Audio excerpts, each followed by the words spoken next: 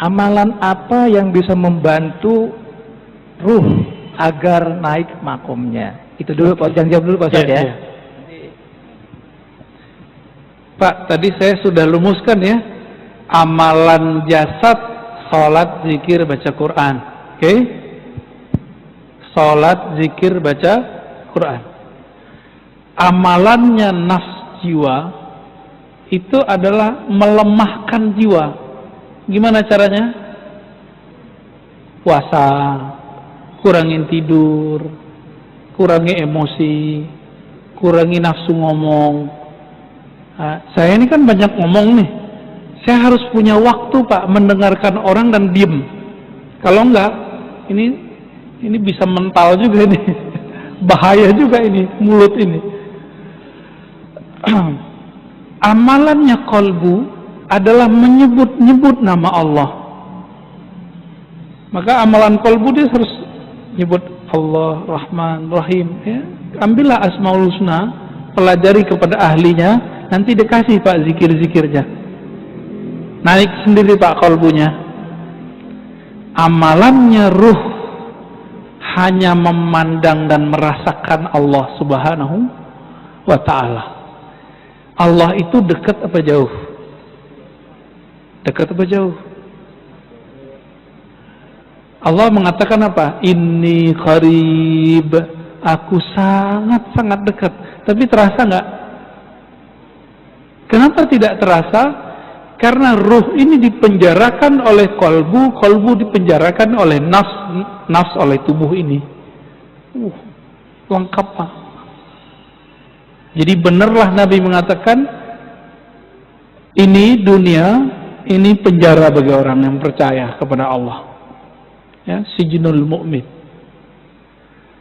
Jadi gimana supaya ruh kita bisa meningkat, bukan dengan banyak sholat. Sholat tetap 5 waktu kita jaga, ruhnya harus menemukan ilmunya. Maka ruh ini senangnya ngaji, belajar. Nah, ini kabar gembira nih Pak. Bapak yang tahan duduk dari tadi itu ruhnya nyaman itu. Ruhnya lagi gembira itu. Yang disebut taman-taman surga. Nanti ada zikiran, ada ratibul haddad. Bapak tahan nih duduk. Itu kolbunya nyaman itu. Walaupun pegel-pegel kakinya Pak. Rasakan aja di kolbu itu nyaman ya. Kalau puasa, di hari puasa rasanya kayaknya awal-awal gelisah, tapi kalau sudah biasa gimana? Ada yang bening-bening lewat pun kita nggak. Kalau lagi puasa, bener gak? Tapi nanti kalau udah buka, buka semua. Nah, jadi jangan salah kasih gizi yang 4 ini jangan salah ya. Nah, nafs dengan akal ini nyambung ya. Akal itu senangnya debat, diskusi, hati-hati. Jangan terlalu overdosis. Baik, kira-kira begitu. Pada saat pembukaan, Pak Ustadz juga mengatakan bahwa nama yang kita pakai sekarang ini adalah nama jasad yang diberikan oleh orang tua kita, guru kita, ataupun tetua kita, kakek, nenek misalnya. Sekarang saya mau tanya, siapa nama rohani kita Pak Ustadz? Yang dimana binnya adalah bin Muhammad Rasulullah SAW. Demikian. Assalamualaikum warahmatullahi wabarakatuh. Assalamualaikum. Yang tahu nama kita, orang tua kita bukan? Yang ngasih nama kita siapa Pak? Orang tua kita. Maka yang tahu nama ruhani Bapak itu bukan saya, tapi siapa yang tahu? Bapak ruh. Tapi Bapak ruh itu punya pewaris, bukan ulama yang bisa baca kitab ini. Ulama yang mewarisi kolbunya Nabi, plok semuanya dia warisi. Itulah nanti namanya Al-Imam Al-Mahdi. Kalau umur Bapak panjang bisa. Jika belum muncul Imam Al-Mahdi, maka wali yang disebut wali Ghaus, jika di ilmu fikih disebut mujtahid mutlak.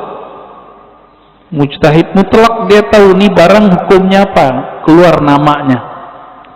Maka bagi ahli ruh, wali-wali yang disebut wali kutub, itu mereka nggak ngerti. Yang ngerti wali namanya ghaus. Jadi wali itu kan banyak Pak, ada stratanya. Ada 313 wali kutub, sejumlah dengan jumlah para rasul, sejumlah dengan jumlah ahli badar. Kutub poros, dia poros asma, poros sifat Allah. Wali-wali ini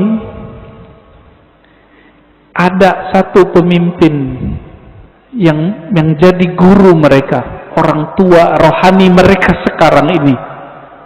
Ini yang disebut Kutubul Ghaus.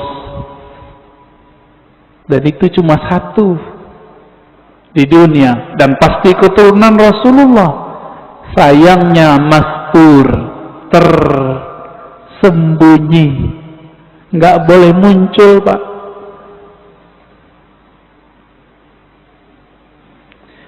Bapak pengen tahu nama ruhnya? Harus punya koneksi sama Al-Ghaus ini. Gitu. Kalau mau nanti satu saat kumpulkan namanya semua, nanti saya kirim ke beliau. Ya, biar dikasih namanya oleh beliau. Kapan ketemunya? Wallahu a'lam. Insya Allah ketemu. Insya Allah ketemu. Para perindu Rasulullah pasti bertemu beliau. Bapak kalau mau silakan. Nanti kumpulkan namanya, nanti beliau kasih nama. Dikasih nama Pak, dengan nama itu Bapak nanti dipanggil oleh malaikat mungkar nakir ntar. Nama dari ayah rohani yang disimpan oleh kalbu beliau. Kira-kira begitu. Waduh, ini udah berbicara jauh kita nih Pak ya. Assalamualaikum warahmatullahi wabarakatuh. Assalamualaikum warahmatullahi wabarakatuh. Mohon dijelaskan perbedaan antara saudara kandung dan saudara satu ruh. Karena terkadang walaupun kita saudara satu kandung, saudara kandung dan saudara ruh. Karena yang terjadi di dunia ini, sungguh pun kita saudara satu kandung, tapi mungkin jarang ketemu, banyak perbedaannya. Berbeda walaupun tidak satu kandung, kita sering ketemu dan banyak persamaannya. Yeah. Kemudian mohon dijelaskan juga perbedaan pendengaran ruhani dan pendengaran jasmani, penglihatan ruhani dan penglihatan jasmani. Terima kasih. Ya, ya. Beda saudara kandung secara jasad Pak ya, dengan saudara ruh. Dalilnya surat Al-Hujurat, innamal mu'minuna ikhwah. Sesungguhnya orang beriman itu bersaudara. Loh, babenya siapa? Ya, bapaknya siapa? Itulah Rasulullah, Abul Mukminin, bapaknya orang beriman. Maka istri Nabi disebut Ummul Mukminin. Tapi kan kita nggak manggil Nabi Abul Mukminin, padahal itu nama beliau sebenarnya. Disebut lebih tepat Abur Ruh. Saudara ruh ini itu diketahui dari syahadat Pak, dan pengenalannya kepada Bapak Ruh. Dan yang meniupkan roh tidak dicipta Pak. Tapi jika yang dimaksud roh itu jiwa dicipta. Jadi tergantung nih, kan ulama kita kadang menyebut roh tapi artinya nafs. Menyebut roh artinya kolbu, seperti Imam Ghazali. Maka ini dicipta. Inilah mazhab Imam Qushairi, Imam Ghazali, bahwa ruh dicipta. Tapi Quran kan ngomong ruh bukan yang itu. Kulir ruh min amri rabbi. Amri rabbi tidak dicipta. Roh adalah urusan Allah. Lillahil amru, ya. Allah punya amr, tapi juga punya penciptaan. Jadi Allah membedakan antara ciptaannya dengan urusannya. Urusan itu hembusan. Nah, jadi kita ini, fisik ini dengan kun fayakun.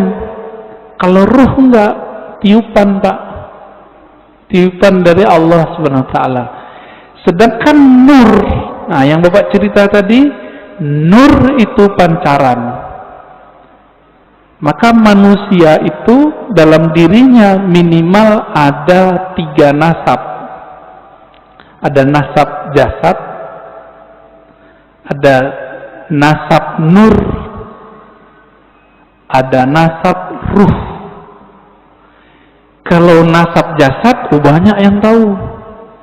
Ini Habib Mahdi As-Sagaf yang wali di Parung, almarhum, sudah meninggal ya, pesantren Nurul Iman. Itu dia berangkat ke Masjidil Haram, duduk di pintu apa gitu ya, tiba-tiba ada orang nyapa, kamu si anu ya, bin sampai ke Rasulullah. Itu nama jasad, silsilah jasad, bisa diketahui oleh banyak wali. Banyak wali bisa tahu Pak. Tapi kalau nasab nur, nasab ruh, cuma Nabi yang tahu. Karena qalbu Nabi diwariskan nanti isi ilmunya ke Imam Al-Mahdi, maka beliau tahu Pak nanti. Tapi nantinya udah nggak lama loh Pak ya. Jangan dikira 100 tahun lagi, enggak. Ini COVID ini sudah penanda kalau ini sudah dekat. Negara udah banyak yang kolab Pak sekarang. Bener nggak? Biasanya virus itu ya nggak nyampe setahun hilang. Udah setahun 2 tahun hilang. Kalau ada wali yang doa. Kan wali nggak mau doa Pak. Jadi wali-wali nggak berani doa, ya Allah angkatlah virus, nggak berani. Su'ul adab. Allahnya berkehendak ada virus, kita mau virusnya diangkat, sopan nggak? Maka mereka sekarang cuma ridho dengan apa yang ada. Itu wali. Jadi mohon maaf kalau bapak-bapak ini ngotot, ya Allah angkatlah virus, jangan maksa Allah dong ya. Kalau kita mengerti kehendak Allah, Allah belum berkehendak virus ini berangkat. Apa yang kita katakan? Ya Allah, berikan aku kesabaran, ridhoi kami. Jika umur kami panjang, panjangkan dalam keselamatan. Jika Engkau ambil dalam syahid. Semoga yang meninggal dalam virus ini dianggap syahid. Amin, amin ya. Assalamualaikum warahmatullahi wabarakatuh. Waalaikumsalam. Buya tadi menyampaikan corona salah satu awal kemunculan, tanda awal kemunculan. Tapi jauh sebelum itu, saya meyakini sistem Dajjal ini udah mulai, itu Buya. Lalu kelak ruhani yang bermain. Jadi perangnya itu kan yang Buya sampaikan tadi kan bukan perang lagi fisik, tapi udah main ruhani. Sejauh ini Buya, kalau saya bisa istilahkan, ruhani sama jasad saya ini belum kawin ini Buya. Jadi ruhani saya ini masih terbungkus oleh jasad, sehingga ya jasad biasa, ruhani. Yang saya mau tanyakan, perkawinan antara ruhani saya dan jasad saya ini Buya, Demikian ya. Assalamualaikum warahmatullahi wabarakatuh.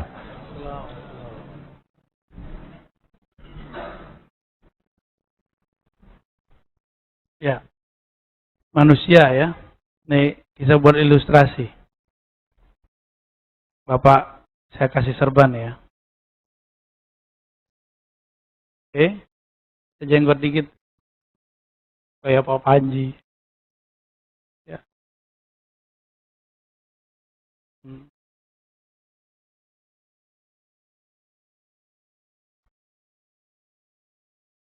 Ini fisik. Anggap saja benar ya, kayak manusia ya. Ini fisik kita, ini fisik.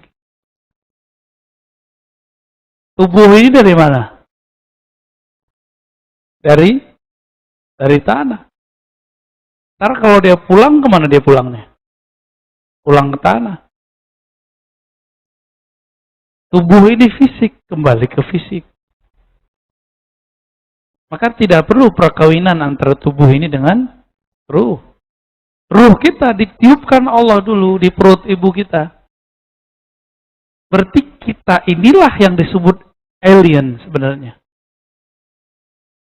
Sekarang pesawatnya bernama manusia. Jadi ini adalah pesawat tercanggih di alam semesta.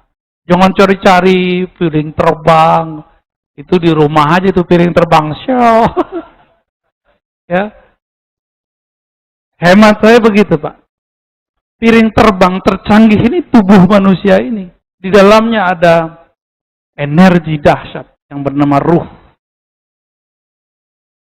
Ruh ini sekarang jadi tuan atau jadi budak di tubuh kita. Itu aja masalahnya. Ruh ini lebih murni dari malaikat. Malaikat makan nggak? Malaikat tidur nggak? Malaikat bedanya dengan ruh, malaikat ahli zikir, ruh ahli ilmu. Itu aja bedanya. Apa perbedaan ruh dengan malaikat? Malaikat ahli zikir, wa nahnu nuqaddisu bihamdik wa nuqaddisu lak. Itu dalilnya. Surah Al-Baqarah. Kami banyak tasbih. Kami ini baik-baik orangnya. Tapi perbedaannya ruh. Ruh itulah yang disebutkan min ruhi. Hembusan dariku. Dari ruhku. Apa maksud ruh di situ? Itu rahasia Allah. Bisa kita artikan ilmu. Karena ruh kadang diartikan wahyu. Ruh diartikan kadang bisikan dari Allah Subhanahu wa ta'ala. Bisa nggak menangkap bisikan Allah itu? Bisa nggak menangkap itu? Jika dapat menangkap itu berarti ruhnya hidup. Gimana caranya? Nah inilah yang Nabi katakan. Dalam beberapa ayat, ini futuh namanya. Nabi diperintahkan, kul katakan innama ana basyarun mithlukum. Aku ini basyar, manusia. Ini basyar.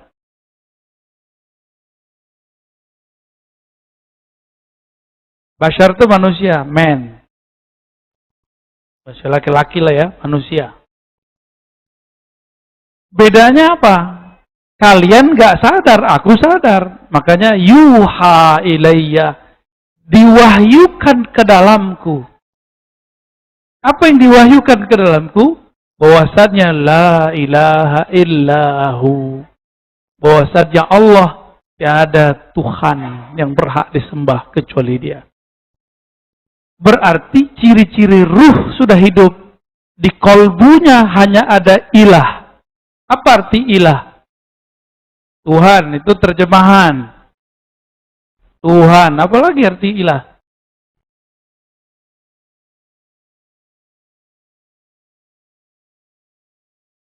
Yang dicintai. Yang dicari. Maka saya sering nanya, hidup buat makan atau makan buat hidup?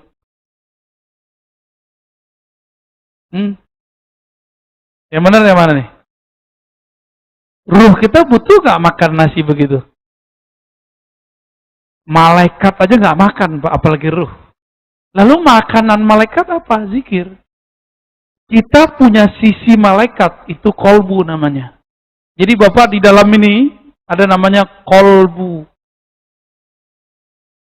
Ya.